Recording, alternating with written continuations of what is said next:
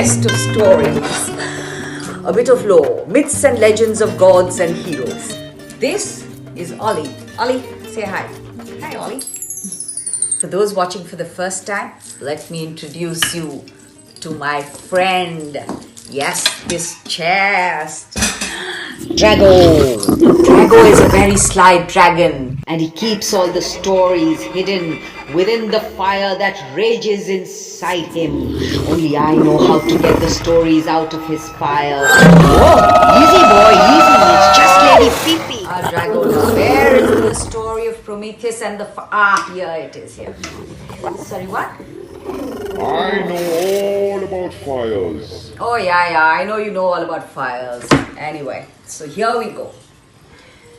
Prometheus was one of the Titans, a race of gods and goddesses who inhabited the earth before man.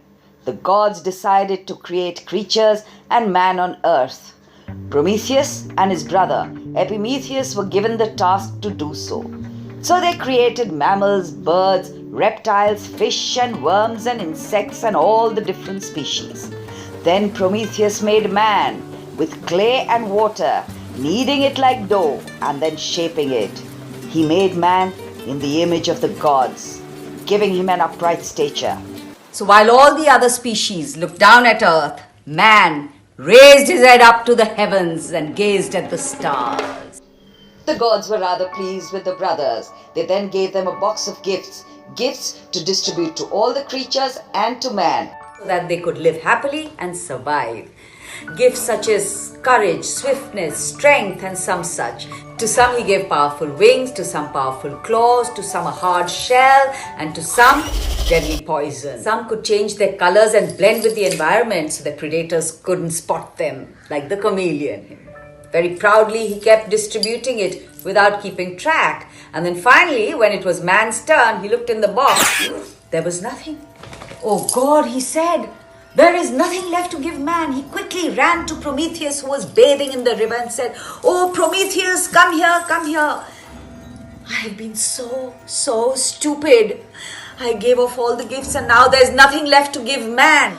If Zeus finds out, he will strike me dead, or even worse, he might turn me into an ugly toad."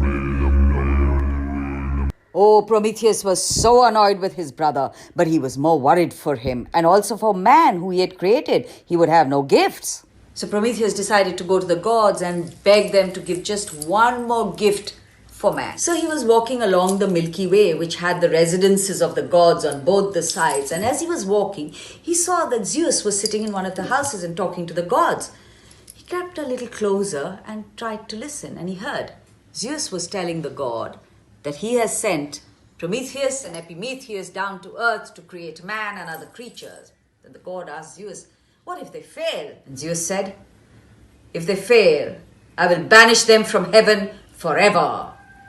Now Prometheus was really worried. And there he saw Zeus's chariot was standing there.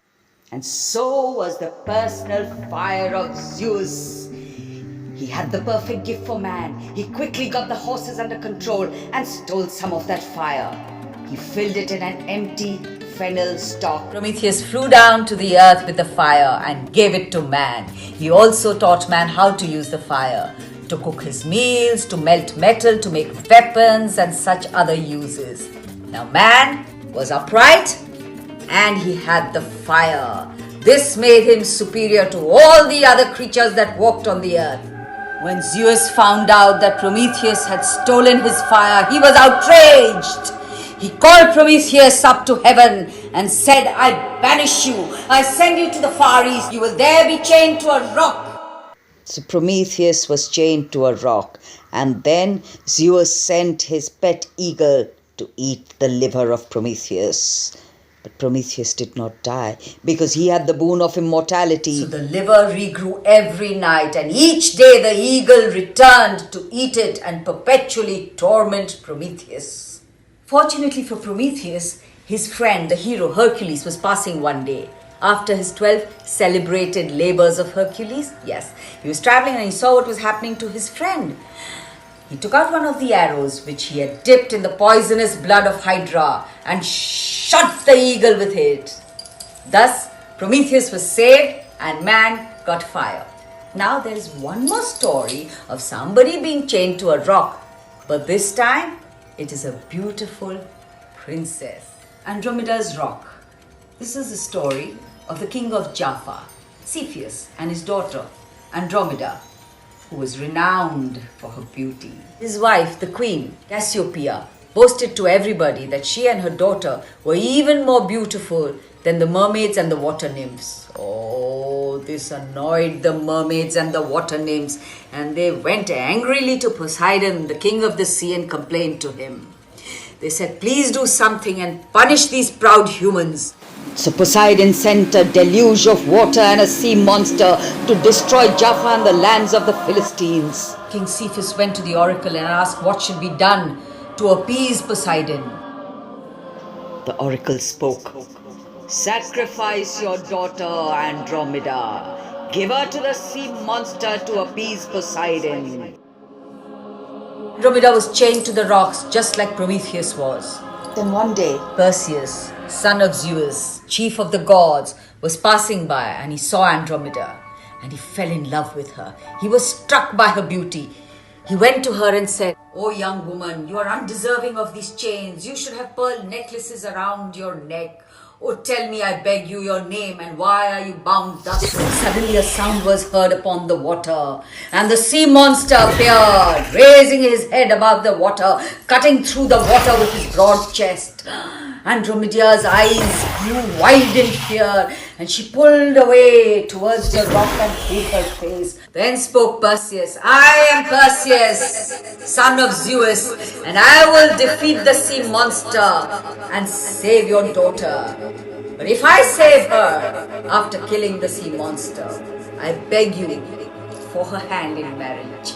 Promise me that you will wed her to me." The king and queen were happy and they promised that they would wed their daughter to him if he rescued her.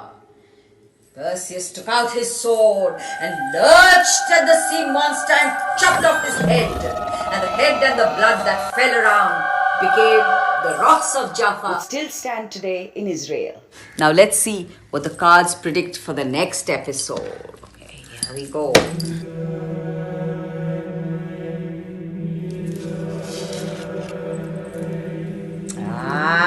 One of my favorites.